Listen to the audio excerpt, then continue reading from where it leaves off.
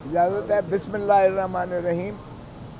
آج خدا خدا کر کے ان بے کس لوگوں کا اپیل کی سماعت کے لیے 7 رکنی بینچ بیٹھی، اور ہم نے اس بینچ کے بیٹھتے ساتھ ہی ہم نے انہیں بتایا کہ جناب یہ جو فوجی عدالتیں آپ نے جن کا کیس سن رہے ہیں وہ جس قسم پرسی کے عالم میں وہ محبوسین ہیں اس وقت، اور ریمانڈ پہ ریمانڈ دیا جا رہا ہے ان کا، اور جس طرح انہیں مقید کر کے رکھا گیا ہے وہ انسانی حقوق کی پامالی تو ہے ہی ہے، انسانیت کی تذلیل ہے۔ جن کو کچھ لوگ تو ایسے ہیں جن کو 6 اور 7 ہفتوں سے جن کو ملاقات ہی نہیں کرنے دی گئی ہے، اور ایک آیا ہوا ہے وہ کہتا ہے کہ مجھے باپ، اس کا باپ ہے، وہ کہتا ہے مجھے یہ نہیں پتا کہ میرا باپ زندہ ہے کہ مر گیا ہے۔ اور ایسی کیفیت میں جب سیکریٹیولی آپ انہیں رکھیں گے، اور آپ اندازہ کریں کہ ان کے خانوادے کا کیا حال ہوگا، ان کے ماں باپ، ان کے بیویز، ان کے بیویاں، ان کے بچے، ان کے دیگر لواحقین، وہ کس تذبذب اور کس کرب اور اذیت سے گزر رہے ہوں گے۔ اور حفیظ اللہ نیازی صاحب بھی آئے ہوئے ہیں، ان کے بیٹے حسام نیازی کو بھی ایگزیکٹلی یہی ہے، انہوں نے بھی کھڑے ہو کر اپنا استدلال کیا کہ جناب مجھے بھی بیٹے سے بھی نہیں ملنے دیا گیا اتنا عرصے سے۔ اور پھر جن کو کچھ لوگوں کو، کچھ خاندانوں کو ملنے دیا گیا ہے، راجہ سلمان اکرم نے بتایا کہ جناب ان کو زنجیروں میں لایا جاتا ہے، ان کے پاؤں میں بھی کڑیاں ہیں، ہاتھوں میں بھی پیچھے سے ان کو جو ہے کڑیاں مار کے، اور اوپر چہرے پر کالا ہڈ پہنا کر ان کو جو ہے ملاقات کروائی جاتی ہے، چہرہ نہیں ان کا دیکھنے دیا جاتا ان کو۔ اب کیا تشدد کا عالم ہے، اور سر پر پھر جو ہے جس طریقے سے کھڑے ہو کر وہ ملاقات ان کی ہوتی ہے، وہ کیا کہے گا جو انہی کی بعد میں تحویل میں بھی ہے اور جس اذیت اور کرب سے اسے لایا گیا ہے۔ پھر کسی کو جو ہے باہر نکلنا، چلنا یا تھوڑا بہت جو ہے اپنے آپ کو سیدھا کرنے کی بھی گنجائش اور اجازت نہیں ہے۔ یہ اگر پریزن رولز دیکھیں تو اس کی بھی خلاف ورزی ہے، اور یہی ان کی استدعا تھی کہ خدا را ہمیں جیل بھیج دیجئے گا تاکہ جیل کے قواعد اور ضوابط ہمارے اوپر اطلاق ہوں اور ہمیں سانس لینے کی اجازت مل سکے۔ تو یہاں سے شروعات ہم نے کی ہے، اور پھر بینچ نے ان کو، اٹارنی جنرل کو کہا کہ یہ کیا ہو رہا ہے۔ انہوں نے کہا جی کہ یہ پہلے تو آپ نے حکم دیا تھا تو ملاقات میں نے کروا دی تھی، اب انہوں نے باہر کا سختی سے کہا ہے کہ اس پر جو ہے ان کو دیکھیے گا، اور انسانی حقوق کی جو ہے اور قانون کی اور عملداری کے مطابق ان کی جو ہے ملاقاتیں بھی کی جائیں، اور یہ زنجیریں اور ہڈ پہنا کر ان کے ساتھ جو حال کیا جا رہا ہے، مجھے تو لگتا ہے کہ اٹارنی جنرل بھی بے بس ہے اور یہ عدلیہ بھی بے بس ہے۔ اس لیے بے بس ہے کہ اگر بار بار کہنے کی ضرورت پڑتی ہے کہ یہ ان کے ساتھ سلوک کریں، تو ہم نے تو چاہا کہ جی فیصلہ کیجئے گا، آپ خدا را فیصلہ کریں، اور ڈے ٹو ڈے اس کو چلائیں، روز بنا پر چلائیں۔ اور ایک جج صاحب، شاید وحید صاحب نے یہ کہا کہ آپ ذرا سکوپ دیکھ لیجئے گا اس اپیل کا جو آپ اٹارنی جنرل کو کہا۔ 2 اعتراضات بنیادی ہوئے، ایک کہ وفاق نے جو اپیل کرنی تھی، وفاق کو مصطفیٰ امپیکس کیس میں اس کی تعریف سپریم کورٹ کر چکی ہے کہ وفاق کا مطلب کابینہ اور وزیر اعظم ہے، تو انہوں نے کہا آپ نے کابینہ اور وزیر اعظم سے اجازت لی ہے؟ انہوں نے کہا کہیں نہیں لی ہے۔ تو یہ اپیل ہی بنیادی طور پر اس کو غلط دائر کیا گیا ہے، کیونکہ بغیر کابینہ اور وزیر اعظم کی منظوری کے یہ اپیل ہو ہی نہیں سکتی تھی، اور ان 5 ججز کا فیصلہ جو ہے وہ حتمی ہو چکا، کیونکہ اب اپیل جو ہے زائد المیعاد ہو جائے گی۔ دوسرا اعتراض اسی کے جسٹس منصور علی شاہ صاحب نے جو پریکٹس اینڈ پروسیجر ایکٹ کی جو فل کورٹ نے سنوائی کی تھی، اس کے پیرا 14 میں اس کے حدود و قیود کو متعین کیا گیا ہے اس میں یہ نہیں ہے کہ آپ دوبارہ سب کچھ پڑھیں گے، بلکہ آپ اسی فیصلے میں یعنی ایک ریویو کے انداز میں اسی میں بتائیں گے.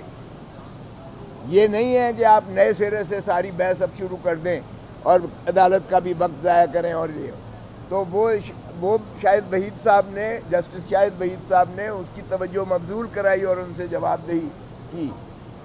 تو اس کے اوپر پھر کچھ متفرق درخواستیں تھیں بار ایسوسی ایشن کی طرف سے، جو حامد خان صاحب کو انہوں نے وکالت نامے دیے تھے استدلال دینے کے لیے. تو اس میں انہوں نے کہا کہ ہمیشہ بار ایسوسی ایشن اس ملک کی، چاہے وہ 2015 والا فیصلہ ہے وہ بھی ڈسٹرکٹ بار ایسوسی ایشن راولپنڈی کے سے منسوب ہے جو 2015 کا ہے، اور اسی طرح 2009 والا کیس بھی جو ہے سندھ ہائی کورٹ بار ایسوسی ایشن کی توسط سے یہ عدالتیں بحال ہوئی تھیں. تو بار کا ہمیشہ یہ ایک چولی دامن کا ساتھ ہوتا ہے، جہاں آئین کی پامالی ہو بار ایسوسی ایشنز اور بار کونسلز یعنی کالا کوٹ اور وکلاء ہمیشہ اس کا تحفظ کرنے کے نہ صرف اپنے ضابطے کے تحت ان پہ فریضہ واجب اور لازم ہوتا ہے، بلکہ وہ ہمیشہ اس ملک میں جو ہے اراول دستے کے طور پر انہوں نے عوام کے حقوق اور آئین کی جو ہے بالادستی کو مسلم کرنے کے لیے ہمیشہ نالش کی ہے عدالتوں میں. اور یہی رول جو ہے وکلاء ہمیشہ پرو پیپل استعمال کرتے آئے ہیں. تو ان پر بھی انہوں نے کہا کہ ہم آپ کو سنیں گے. اب ہم نے کوشش کی کہ جناب اس کو ڈے ٹو ڈے چلائیے گا خدا را، کیونکہ جو ان کے ورثاء بھی آئے ہوئے ہیں جو محبوسین ہیں، اور وہ لوگ بھی جو ہے چونکہ ان کو اجازت نہ دی گئی، کمرہ فل پیک ہونے کی وجہ سے انہیں نہ دی گئی، لیکن ان کی بھی ذرا سنیے گا کہ وہ کس قسم کی جو ہے ان پہ کے ساتھ ظلم اور زیادتیاں اور تشدد اور جبر ہو رہا ہے. مجھے ایک خود چونکہ میرے حلقے میں ہے یہ کور کمانڈر ہاؤس جہاں سے میں MNA بنا ہوں، میرے حلقے میں ہے وہ، تو وہاں جو ہے NA 122 میں ہے.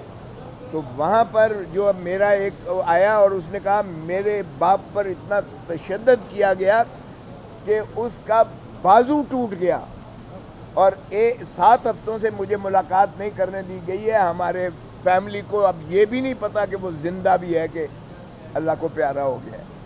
تو اس طرح کی جو حالات ہیں، یہ انسانیت سوز سلوک کیا جا رہا ہے. آج سپریم کورٹ کے توجہ ہم نے مبذول کرائی کہ یہ پاکستان کے جو یہ انسانیت کے سوز جو سلوک کیا جا رہا ہے، آپ خدا را اس کو ڈے ٹو ڈے کی بنیاد پر اس کا فیصلہ کیجئے گا تاکہ ان کو مخلصی ہو اور انصاف دیجئے گا. انصاف کے متلاشی ہیں یہ لوگ جو 105 سے 20 اس میں سے جو ہے انہوں نے رہا کیے.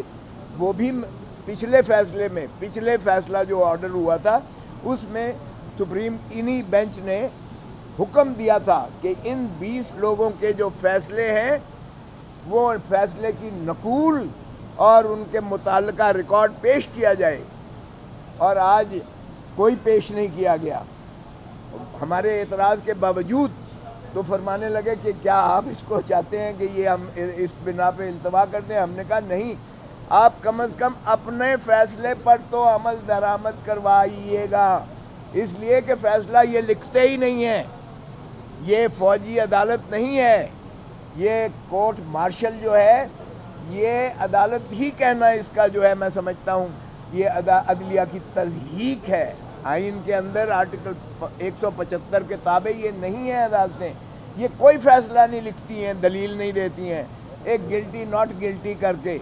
آج بھی ہم نے کہا فیصلہ تو کم از کم دیجیے گا تاکہ آپ بھی دیکھ سکیں کہ یہ کون سا انصاف کے ایوان ہیں کورٹ مارشل کی جو آپ عدالتیں کہہ رہے ہیں، جس پہ آپ نے معطل کر دیا اس آرڈر کو اور انہیں اجازت دے دی کہ آپ جو ہے ٹرائل چلائیں لیکن فیصلہ حتمی نہیں کریں گے. اور 20 کا آپ نے کہا کہ فیصلہ کر کے ان کو، اور انہی کا بھی آرڈر نہیں آ رہا ہے. تو ہم نے کہا ذرا دیکھ لیجئے گا، آپ کو نظر آ جائے گا کہ کس طرح سے انصاف کی دھجیاں اڑا کے کس طرح انصاف کو پامال کرتے ہیں.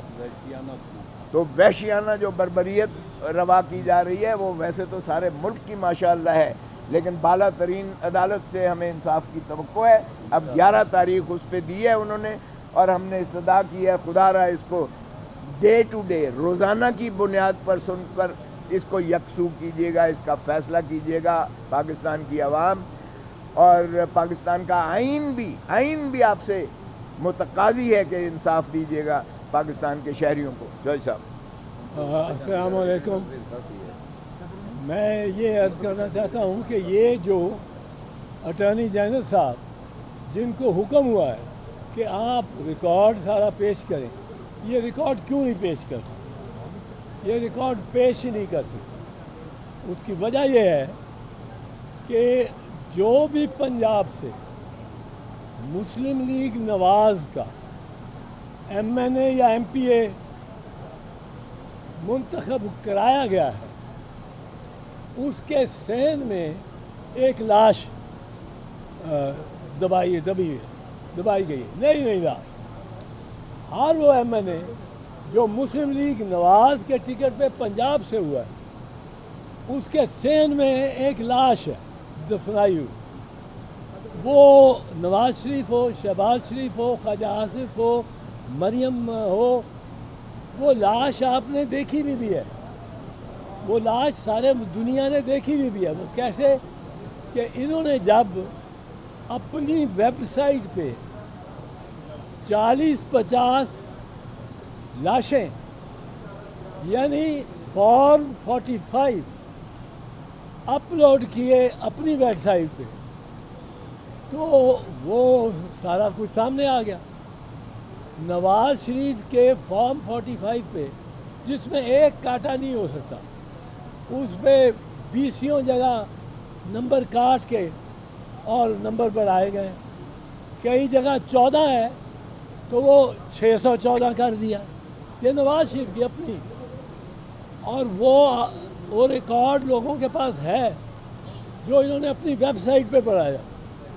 اب فارم 45 وہ ہوتی ہے جس میں ہر امیدوار کا نام لکھا ہوا ہے اور ہر پولنگ اسٹیشن کا نام لکھا، ہر نمبر 260 پولنگ اسٹیشن اور 15-20 امیدوار، یہ ہر پولنگ اسٹیشن پہ کس امیدوار کو کتنے ووٹ ملے ہیں وہ اس کا خانے میں وہ لکھ دیتے ہیں۔ اب جب یہ لکھ دیتے ہیں تو اس کا کل جو ہر امیدوار کا کل ہوتا ہے وہ آپ فارم 47 میں لکھیں۔ تو اب فارم 47 اور فارم 45 میں تفاوت نہیں ہو سکتی، تفاوت ہوئی تو دھاندلی ہوئی۔ اب یہ فارم 47 لیے پھرتے ہیں، فارم 45 ہم مانگتے ہیں۔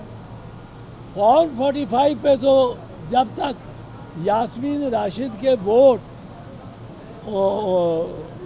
1,20,000 سے 20,000 نہیں کیے جائیں گے اور نواز شریف کے ووٹ 20,000 سے 1,00,000 نہیں کیے جائیں گے، اس وقت تک یہ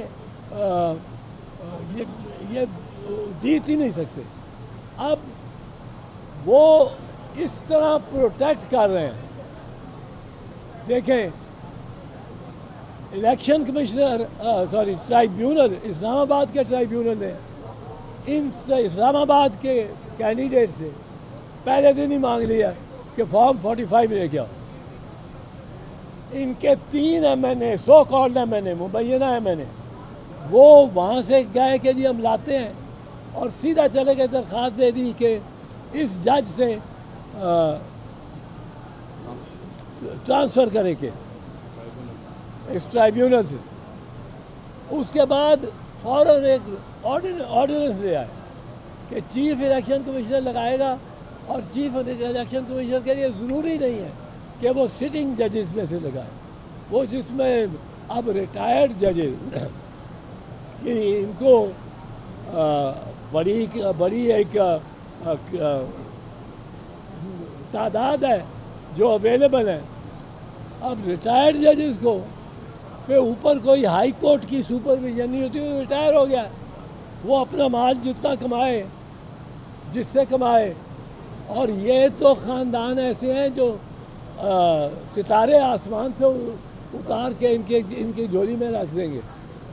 تو یہ سارا کوشش جو نواز شریف کی ہونی ہے، ساری کوشش وہ ان لاشوں کو برآمد نہ ہونے دے. اس جس گھر میں کوئی لاش دفن ہو یا الماری میں چھپائی ہو، اس گھر کی طرف کوئی ایک میل پہلے سے کوئی گاڑی مڑ جائے تو لوگ گھر والے کانپنا شروع ہو جاتے ہیں کہ تو لاش نکل آئے گی. اس وقت آج ڈان کی بھی سٹوری ہے، پہلے پیج پہ انہوں نے بتایا کہ اتنی فارم 45 پنجاب میں یا اسلام آباد میں غائب ہیں. اگر غائب ہیں تو چیف الیکشن کمشنر راجہ سلطان سکندر اس کا ذمہ دار ہے. وہ سیف کسٹڈی میں رکھنا اس کا ذمہ تھا. اور اگر غائب ہے تو وہ تفاوت جو نواز شریف کو جتا رہے ہیں فارم 47 میں، فارم 45 میں اس کا ہے ہی کچھ نہیں. یہ ایک چیز ہے جس وجہ سے یہاں بھی ریکارڈ نہیں دے رہے، یہاں بھی ریکارڈ نہیں لا کے.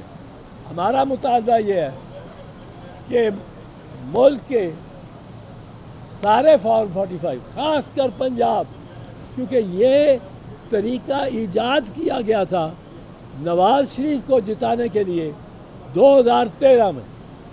2013 میں آپ کو یاد ہوگا نواز شریف جب ووٹ سارے ڈپر چکے، جب ووٹر سارے گھر جا چکے سارے پاکستان میں، تو نواز شریف جھروکے پہ آئے شہنشاہ شاہ جہاں کی طرح یا وہ بیلکنی میں بکنگم پیلس کی، اور آ کے انہوں نے تقریر کی وکٹری کی، اور ساتھ کیا کہا، میں آپ سے سادہ اکثریت نہیں مانگتا ہوں، میں مانگتا ہوں 2/3 میجارٹی، مجھے 2/3 میجارٹی دو.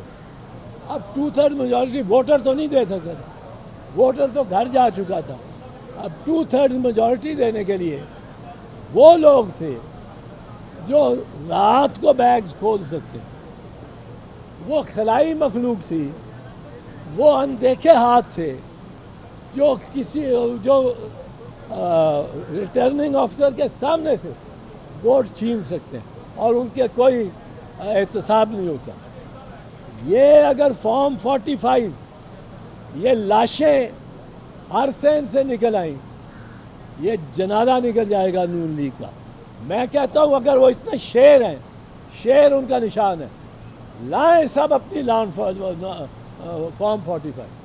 ہمارے کینڈیڈیٹ سے بھی مہنگے، اون چودھری بھی لائے، سلمان اکرم راجہ بھی لائے، اس طرح مریم کے بھی، اور ان کے خلاف جو تھا وہ یاسمین راشد، اور جو مریم کے پاس ہے، اور جو الیکشن کمیشن کے پاس ہے، وہ سارا ہی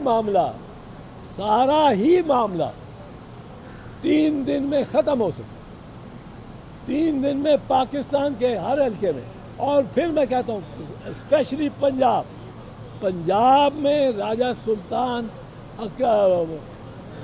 سکندر سلطان، وہ بادشاہ ہے، راجہ بھی سکندر بھی اور سلطان بھی، وہ راجہ سکندر سلطان لائے رکھے یہ فارم 45 نے جنازہ نکال دینا ہے. اور انہوں نے کوشش کرنی ہے، ہر کوشش کرنی ہے کہ سال سے پورا گزاریں. 1 سال کے لیے الیکشن کمیشن پابند ہے اس ریکارڈ کو محفوظ رکھنے کے لیے. 1 سال کے بعد وہ اس کو تلف کر سکتے ہیں. 1 سال لے کے جانا ہے نون لیگ نے. پہلے 5 سال ہوتا تھا، انہوں نے 1 سال کر دیا.